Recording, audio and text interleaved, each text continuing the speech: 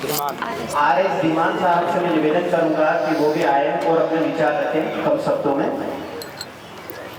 जोरदार तालियां। बहुत बहुत धन्यवाद हमारे सम्मानित विचारक हैं।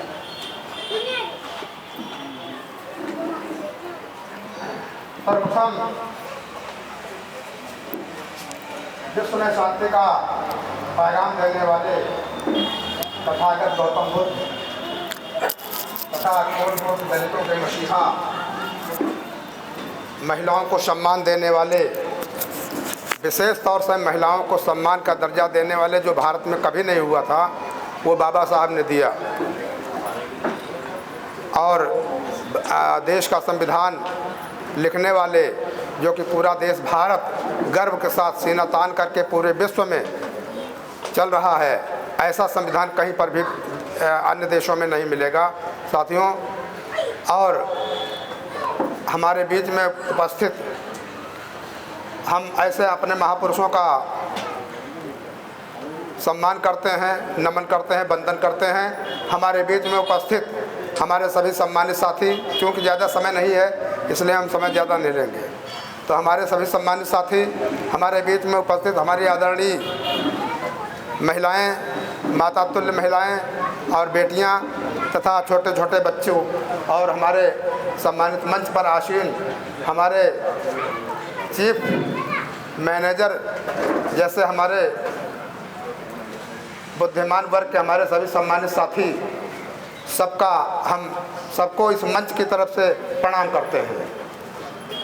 साथियों, कुछ कहना नहीं मुझे ज़्यादा, क्योंकि अभी वक्ता हमारे हैं, इसलिए हम ज़्यादा कुछ नहीं कहेंगे। हम इतनी बात कहेंगे कि हमारा जो है अभियान हर घर संविधान, हम लोग राष्ट्रव्यापी संविधान यात्रा लेकर के चल रहे हैं उत्तर प्रदेश के लखनऊ ज़िले से।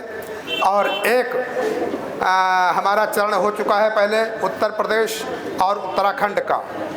उसके बाद में मैं इसी 14 अक्टूबर से हीरक जयंती के रूप में सरकार से मांग भी किए हैं, और राष्ट्रपति आगे हमारे त्यागी जी बताएंगे, सम्मानित राष्ट्रपति जी को ज्ञापन भी दिया है और उनसे मांग भी किए हैं कि राष्ट्र पर्व के रूप में हमारा ये हीरक जयंती के रूप में जो है मनाया जाए पर्व।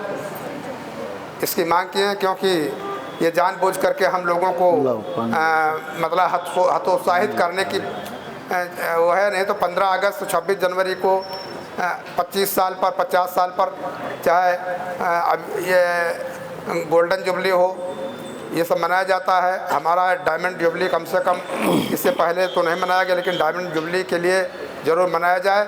इसके लिए हम लोग कम से कम ये 6वां प्रदेश है जहाँ पर हम आज खड़े हैं। मैं उत्तर प्रदेश से जा कर के उधर से बिहार, झारखंड, छत्तीसगढ़, महाराष्ट्र, उधर से आकर के यहाँ पर आप लोगों के मध्य में हैं। जैसा भी हो सकता है हम लोग जागरूक करने का प्रयास कर रहे हैं, अनुच्छेद धाराओं के साथ में सब बता करके। और ये रिक्वेस्ट करते हैं कि हमारे जो नवयुवक साथी हैं सभी जो भी हैं, तो वो जो है संविधान का ज्ञान करें, और तभी हम तर्क कर सकते हैं और तभी अपना भविष्य बना सकते हैं। बाबा साहब ने जो हमें दिया है उसको जो है अपने को विकास के लिए हमको जानकारी बहुत आवश्यक है। साथियों, मैं ज़्यादा अपनी बात को नहीं रखूँगा, इतना रखूँगा कि बाबा साहब ने अपने को मान सम्मान सब कुछ दिया है, इसकी रक्षा करना, सुरक्षा करना हम अपना कर्तव्य है। और वो कैसे होगा? हम लोगों को, बच्चों को शिक्षित करके और अपने संविधान के बारे में जानकारी करके, जो भी हमारे खिलाफ जो भी लोग हैं उनको हम मुंहतोड़ जवाब करके दे करके हम अपनी रक्षा, सुरक्षा और अपने अधिकारों को बचा सकते हैं। जीना चाहो जगत में, हिम्मत कर नादान, आंसू से पिघले नहीं पत्थर दिल इंसान। पत्थर दिल इंसान गैर अधिकार दबाए, पत्थर दिल इंसान गैर अधिकार दबाए, वो छीने का हक छीन अगर तू जीना चाहे। कहा आर्यस कबीराय, यहाँ हक जिसने छीना उसने ही लिया सीख जगत में कैसे जीना। तो साथियों, हम विशेष तौर से अपने सभी सम्मानित साथियों से अनुरोध इतना करेंगे कि आप लोग पाखंड को हटा दें। बाबा साहब पाखंड के एकदम विरोधी थे। पाखंड को हटाएंगे तो आपका विकास स्वतः हो जाएगा। स्वर्ग नरक आवागमन, भाग्य और ईश्वर नाम, यह सब उनकी देन है जिन मुख लगा हराम। कथा कीर्तन योग जप धर्म कर्म तप दान, जन सेवा के सामने सब है धूल समान। साथियों, मैं संक्षेप में कहता हूं, लेकिन इसका विस्तृत रूप बहुत बड़ा है और आप सभी लोग खुद बुद्धिजीवी वर्ग के हैं। हम उम्मीद करते हैं कि अपने समाज में विस्तृत रूप से जो संविधान की चर्चाओं के माध्यम से उनका अपने बच्चों का भविष्य बनाएं। इसी के साथ मैं अपनी वाणी को विराम देता हूं। जय भीम, जय भारत, नमो बुद्धाय।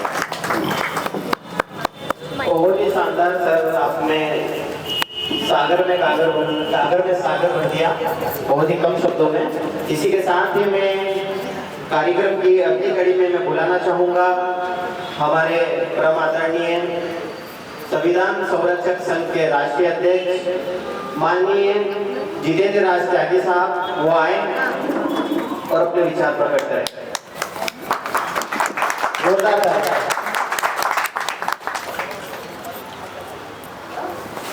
लगा। बहुत बहुत धन्यवाद विक्की मालिया सर। सबसे पहले मैं आपका धन्यवाद देना चाहूँगा कि आपने बड़े प्रयास करके यहाँ इतनी मूर्तियों को इकट्ठा किया है और ये सब अपने अपने क्षेत्र में महारता हासिल किए हुए, विद्वता हासिल किए, सभी से हमें कुछ सीखने का अवसर मिलेगा। तो सर्वप्रथम तथागत बुद्ध के चरणों में नमन करते हुए, बाबा साहब अम्बेडकर के चरणों में नमन करते हुए और मानो एक समान विचारधारा रखने वाले सभी संतों, गुरुओं, महापुरुषों के चरणों में नमन करते हुए मंच पे उपस्थित राजेश सोनगरा जी, जो राष्ट्रीय अध्यक्ष डॉक्टर अंबेडकर राष्ट्रीय युवा संघ मंच पर उपस्थित हैं, आपको सादर नमन। हमारे बीच में शशिकांत वानखेड़े जी उपस्थित हैं मंच पर, आपको सादर नमन। डेरिस 50 फाइटर टीम्स के युवा साथी यहाँ पर उपस्थित हैं, आप सभी को सादर जय भीम, जय भारत, जय संविधान। और हमारे बीच में भारतीय बौद्ध महासभा देवास से हमारे साथी उपस्थित हैं, आपको बहुत बहुत साधुवाद, जय संविधान। और हमारे बीच में हीरालाल पेंड्रू सर मौजूद हैं, आपने सुना, आपको बहुत बहुत धन्यवाद। और हमारे साथ में राजू भाई बौद्ध हमारे बीच में मंच पर उपस्थित हैं, आपको सादर जय भीम। और हमारे बीच में आत्माराम जी उपस्थित हैं, आपको बहुत बहुत धन्यवाद, जय भीम। सत्यवान पाटिल साहब हमारे बीच में उपस्थित हैं, जिनके स्वागत में आपने सभी का स्वागत किया और सभी का अभिवादन किया, आपका बहुत बहुत धन्यवाद। हमारे सामने हमारी माताएं, हमारी बहनें भारी संख्या में उपस्थित हैं, आपको बहुत बहुत जय भीम, जय संविधान। और पिता तुल्य बुजुर्ग, हम उम्र साथी, नौजवान साथी, छोटे बच्चे, यहाँ हर वर्ग यहाँ आज इस प्रांगण में उपस्थित है। आप सभी को सादर जय भीम, नमो बुद्धाय, जय संविधान, जय भारत। साथियों,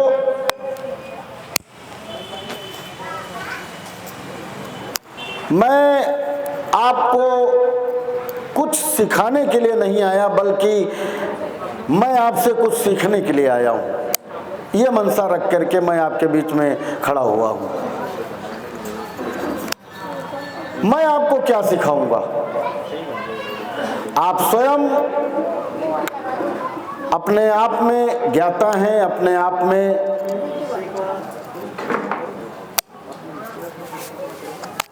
आपको उस विषय का नॉलेज है जिस विषय को आप जानना चाहते हैं, जिस विषय को आप छूना चाहते हैं, समझना चाहते हैं, उस विषय का नॉलेज है आपको निसंदेह।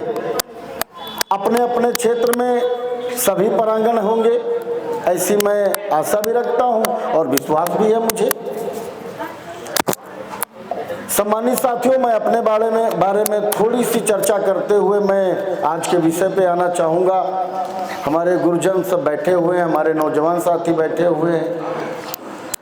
सम्मानित साथियों, मैं जितेंद्र राज त्यागी, संविधान संरक्षक संघ का राष्ट्रीय अध्यक्ष और संविधान प्रचारक, लाइव संविधान संरक्षक संघ पाठशाला का संस्थापक सदस्य हूँ, जो हम गूगल मीट पर चलाते हैं। जैसे हमारी बंजारे सर की पाठशाला चलती है, लाइव चलित संविधान पाठशाला, वैसे ही हमारी पाठशाला लाइव संविधान संरक्षक संघ पाठशाला गूगल मीट पर चलती है रात 8 बजे से 10 बजे तक। वहाँ हम संविधान को सीखने की प्रक्रिया जारी रखते हैं और एक दूसरे से समझने का प्रयास करते हैं, एक अनुच्छेद पर रोज चर्चा करते हैं।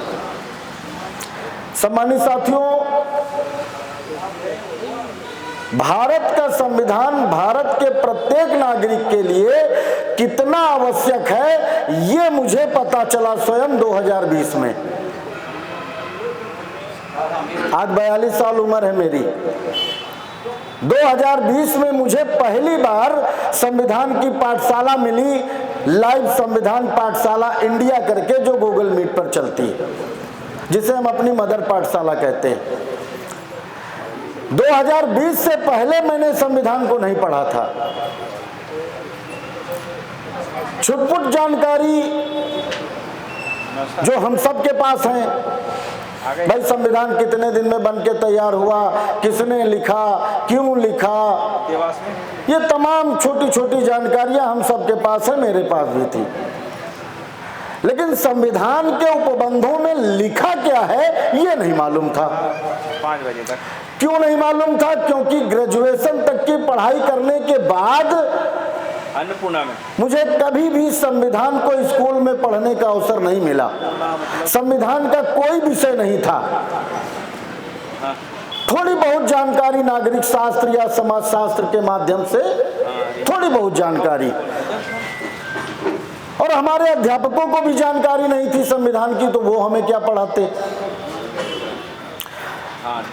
इससे पहले हमने संविधान की किताब खरीदी जरूर थी, लेकिन जब भी शाम को किताब खोलते, एक पेज पढ़ते, एक अनुच्छेद पढ़ते, नहीं समझ में आता बंद करके रख देते। चूंकि टिप्पणी भाषा है, भाषा समझ में नहीं आती, तो सोचते रहे, करीब 2 साल सोचते रहे कि आखिर हम पढ़े किससे, समझे किससे। जिससे भी बात करो तो वो मना कर दे कि हमें खुद बेटा नहीं मालूम है। तो 2020 में कोरोना महामारी आई, जिसमें हम सब ग्रसित हुए। उसी में आप जैसे बुद्धिजीवियों ने, हम सब अपने अपने घरों में बंद हो गए, तो कुछ बुद्धिजीवियों ने लाइव संविधान पाठशाला इंडिया करके एक पाठशाला बनाई गूगल मीट पर, जिसका लिंक मुझे भी मिला व्हाट्सएप के माध्यम से। और जिस दिन मैं पहली बार पाठशाला में जुड़ा, सौभाग्य से या जैसे भी कह लें, अनुच्छेद 21A पर बात हो रही थी, जिसमें लिखा था कि राज्य 6 से 14 वर्ष तक की आयु वाले सभी बच्चों को निःशुल्क और अनिवार्य शिक्षा प्राप्त कराएगा। वो चाहे अडानी अंबानी टाटा का बेटा हो, चाहे रामलाल श्यामलाल घसीटे रज्जाक का बेटा हो, सबको समान शिक्षा दी जाएगी और निःशुल्क दी जाएगी। अनिवार्य शिक्षा के 2 अर्थ निकलते हैं। अनिवार्य शिक्षा का मतलब हर एक बच्चे को शिक्षा देनी ही देनी है। दूसरा अर्थ निकलता है कि वो शिक्षा देनी है जिससे देश का विकास हो सके, बच्चे के मानसिक विकास के साथ साथ में सामाजिक विकास हो सके और वो बड़ा हो करके जब अपनी सेवाएं देश को दे तो देश का विकास हो सके, ऐसी शिक्षा आपको देनी है। और ये ड्यूटी संविधान ने किसको दी? राज्य को, अर्थात सरकार को। ये अनुच्छेद हमने पहला पढ़ा पाठशाला में, वहां से लगातार हम पाठशाला में जुड़ने लगे तो जिज्ञासा और बढ़ने लगी और जानने का मन होने लगा।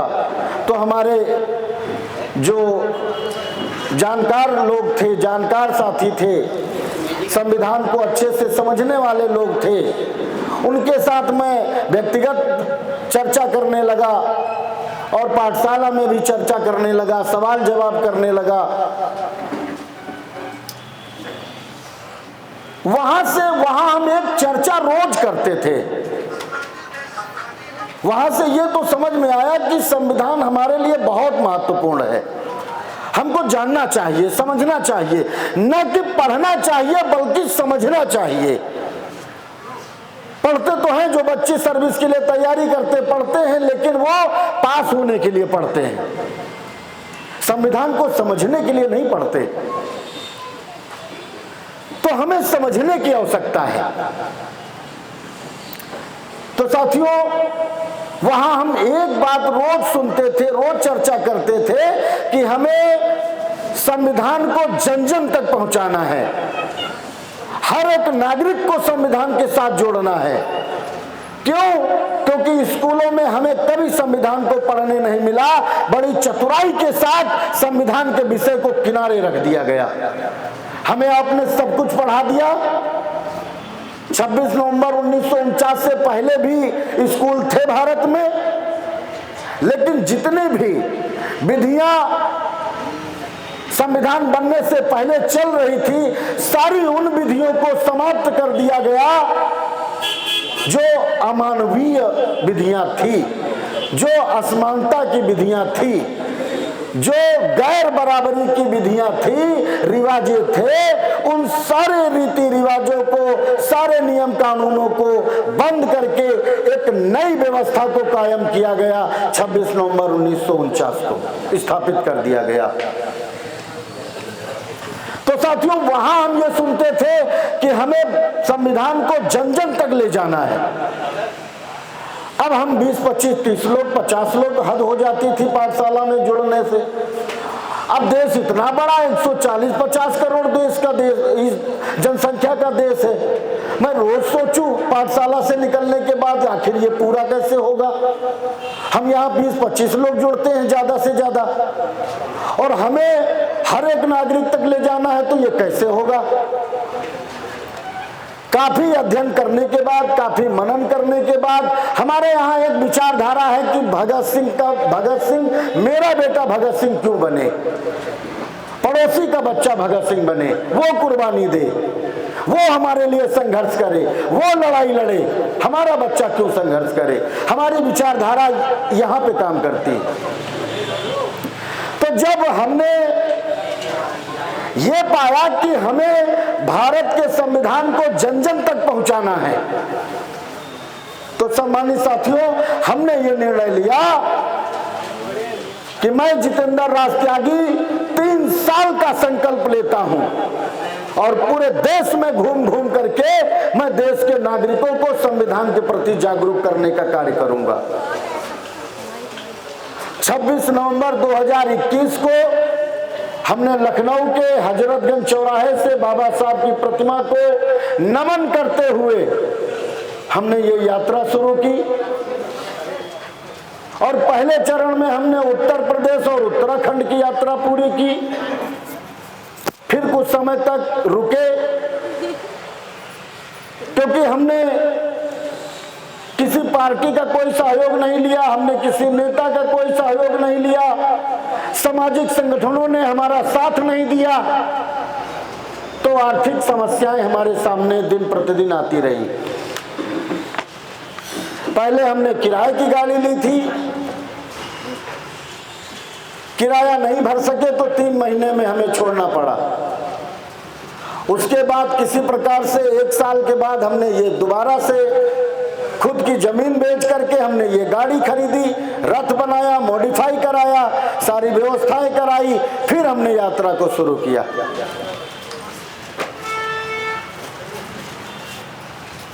साथियों, मैं ऐसा क्यों कर रहा हूं? क्योंकि मेरे मन में यह विचार आया कि इस कार्य को होना है, इस कार्य को करना है, तो वो करने वाला व्यक्ति मैं क्यों नहीं हो सकता? इसकी शुरुआत मुझे अपने आप से करनी होगी। अगर हमें समाज में कोई बदलाव लाना है तो शुरुआत अपने आप से करनी होगी। हम दूसरों से अपेक्षा करते हैं, वो ये काम कर दें, वो ये काम कर दें, पानी वो ला दें, खाना वो बना दें, कपड़े वो पहना दें, हमें कुछ ना करना पड़े। हम केवल मंचों पे खड़े होकर के बड़ी बड़ी बातें छौंक लें बस।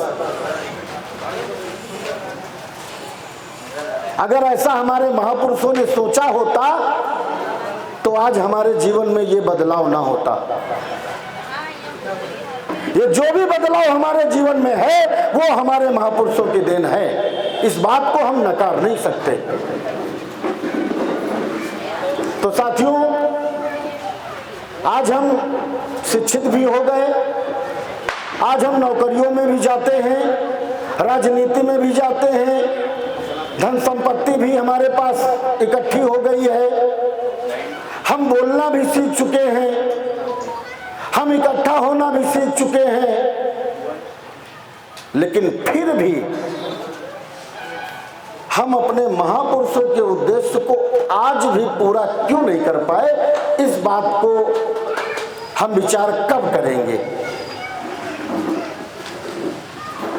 संविधान तो 1949 में लागू हुआ था, 75 साल हो गए। आज भी अभी हीरालाल सर ने ये पूछ लिया कि भाई किसने किसने संविधान को पढ़ा है, तो एक माता ने कहा कि हमने न कि पढ़ा है बल्कि समझा है, और 2-3-4 हाथ और उठे कि भाई हमने भी पढ़ा है। बाकी के लोग क्या भारत में नहीं रहते या इस संविधान से मिले हुए लाभ को नहीं लेते? क्या वो ये जिम्मेदारी नहीं समझते कि संविधान हमारे लिए लिखा गया है? हमें संविधान को समझना चाहिए, पढ़ना चाहिए। आखिर क्या लिखा है संविधान में? हमें 75 सालों में वो सब मिला कि नहीं मिला? आखिर नहीं मिला तो कहां पे समस्या रह गई, कहां पे कमी रह गई? भाई सरकारें भी बन रही हैं, राज्य सरकारें भी बन रही हैं। आज हम ये भी नहीं कह सकते कि हम सरकारों में नहीं गए, हमने सरकारें नहीं बनाई, हमारे लोग संसद में नहीं जाते, हमारे लोग विधानसभा में नहीं जाते, हर जगह तो हैं हमारे लोग, फिर भी हमारा विकास क्यों नहीं हो पाया? आज भी हम अपने आप को पिछड़े कहते हैं, दलित कहते हैं, क्यों? 85% तो कहते हैं, फिर भी अगड़े नहीं कह पाते, क्यों? हम पिछड़े कहते हैं 85% कहने, एक तरफ हम 85% कहते हैं और दूसरी तरफ पिछड़े कहते हैं, तो ये दोहरी बात कैसे चलेगी? तो इस बात को साथियों, खास करके नौजवान साथियों को सोचना होगा। आज भी आप मूंछ रखने पर मारे जाते हो, घोड़ी पर चढ़ने पर मारे जाते हो, आप अच्छे कपड़े पहन लो तो कोई आपको घूर के देखता है, आप कुर्सी पे बैठ लो तो कोई आपको घूर के देखता है। आखिर कौन है वो लोग? क्या वो लोग इस देश के रहने वाले नहीं हैं, या आप इस देश के रहने वाले नहीं हो? ऐसा तो वही कर सकता है, या तो वो जो आपका भला नहीं चाहता, या तो वो इस देश का रहने वाला नहीं है, या फिर आप इस देश के रहने वाले नहीं हो, ये तय करना पड़ेगा। साथियों, संविधान का प्रियम्बल कहता है कि हम भारत के लोग भारत को एक संपूर्ण प्रभुत्व संपन्न समाजवादी पंथ निरपेक्ष लोकतंत्रात्मक गणराज्य बनाने के लिए तथा उसके समस्त नागरिकों को सामाजिक, आर्थिक और राजनीतिक न्याय क्या हो गया? सामाजिक न्याय हो गया, आर्थिक न्याय हो गया, राजनीतिक न्याय हो गया। 75 साल बीत गए। ये सवाल खड़ा है आज भी, 75 सालों में भी सवाल खड़ा है। आज भी जो कार्य मात्र 10 सालों में होना था, राजनीतिक आरक्षण 10 सालों के लिए क्यों दिया गया था? वो भी दिया जा सकता था अनलिमिटेड के लिए, हमेशा के लिए, लेकिन 10 सालों के लिए क्यों दिया गया था? क्यों? क्योंकि आपके लोग संसद में चुन करके जाएंगे, आपका प्रतिनिधित्व करेंगे, आपकी सभी समस्याओं से जुड़े हुए सवाल उठाएंगे और उन सवालों का समाधान करवाएंगे। यह कार्य था आपके लोगों का। क्या आपके लोगों ने आपकी बात उठाई संसद में? चुन करके तो आज भी जाते हैं।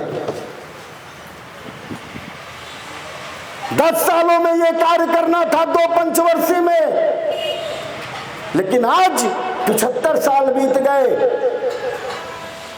और तथाकथित इस देश के लोगों को गुलाम बना के रखने वाले, इस देश के लोगों का जीने का अधिकार छीन के रखने वाले, जो इस देश के SC, ST, OBC, माइनॉरिटी समाज के लोगों को अपने घर में नौकरी, खेतों में काम करने के लिए, अपने सारे काम करवाने के लिए मजबूर करने वाले, आज भी वो आपको उसी नजर से देखते हैं और आज भी उनका तौर तरीका बदल गया संविधान आने के बाद, लेकिन उनका चरित्र नहीं बदला। आप सोचते हो कि आपने अपना सांसद भेज दिया, प्रतिनिधि भेज दिया संसद में, लेकिन गलत। वो जिस भी पार्टी से चुन करके गया है, वो उस पार्टी का प्रतिनिधित्व कर रहा है, वो उस पार्टी की चकारी कर रहा है और वहां जैसे बोला जाएगा वैसे वो बैठेगा और जैसे बोला जाएगा वैसे वो उठेगा। उसको केवल इतना अधिकार है कि वो अपना विकास कर ले, अपने बच्चों का विकास कर ले, समाज के बारे में सोचने के लिए वहां आला लोग बैठे हैं, आला नेता बैठे हैं। तो साथियों, इस बारे में हमें गंभीरता से विचार करना होगा और खास तौर पे समाज का नेतृत्व करने वाले सभी सामाजिक संगठनों को विचार करना होगा। सभी सामाजिक संगठन जब मंच पे खड़े होते हैं तो बड़े जोर जोर से चिल्लाते हैं कि हमें एक होना चाहिए, एक बैनर के नीचे आना चाहिए, एक होना चाहिए, लेकिन सब मंच से उतरते ही उनका चाल चरित्र सब बदल जाता है। मंच पे कुछ और मंच के नीचे कुछ और। वो केवल कहते हैं कि हमें एक होना चाहिए, लेकिन वो स्वयं एक नहीं होना चाहते। क्यों? क्योंकि वो किसी को अपना नेता मानना ही नहीं चाहते, किसी को अपना अगुवा मानना ही नहीं चाहते। हर कोई चाहता है कि मैं राष्ट्रीय अध्यक्ष बनूंगा। ऐसा मानते मानते लाखों संगठन बन गए। आज तक किसी ने संविधान को अपना नेता माना ही नहीं, किसी ने नहीं माना। ना तो राजनीतिक पार्टियों ने माना, ना सामाजिक संगठनों ने माना। कोई संविधान को अपना नेता नहीं मानता। शायद आज इसीलिए ये दुर्दशा है भारत की, हमारी, आपकी। आज भी हम संघर्ष कर रहे हैं। संविधान ने जितना हमें दिया वो तो मजबूरी है कि उन्हें आपको शिक्षा देनी ही देनी है, क्योंकि वो कह रहा है कि अनिवार्य शिक्षा आपको देनी है, इसलिए वो आपके लिए स्कूल खोल रहा है। नहीं तो वो आपके लिए स्कूल बनाए? जिसने आपको स्कूल के देहरी तक नांगने नहीं दी, वो आपके लिए स्कूल बनाएगा? जिसने आपको अपने बराबर नहीं बैठने दिया, वो आपको कुर्सी पे बैठने देगा? वो तो उसकी मजबूरी है कि संविधान उसको मजबूर करता है, संविधान उसको बाध्य करता है। सम्मानित साथियों, हमने सिल्वर जुबली नहीं मनाई संविधान की, ये हमारा दुर्भाग्य है। संविधान स्थापित होने का दिन मतलब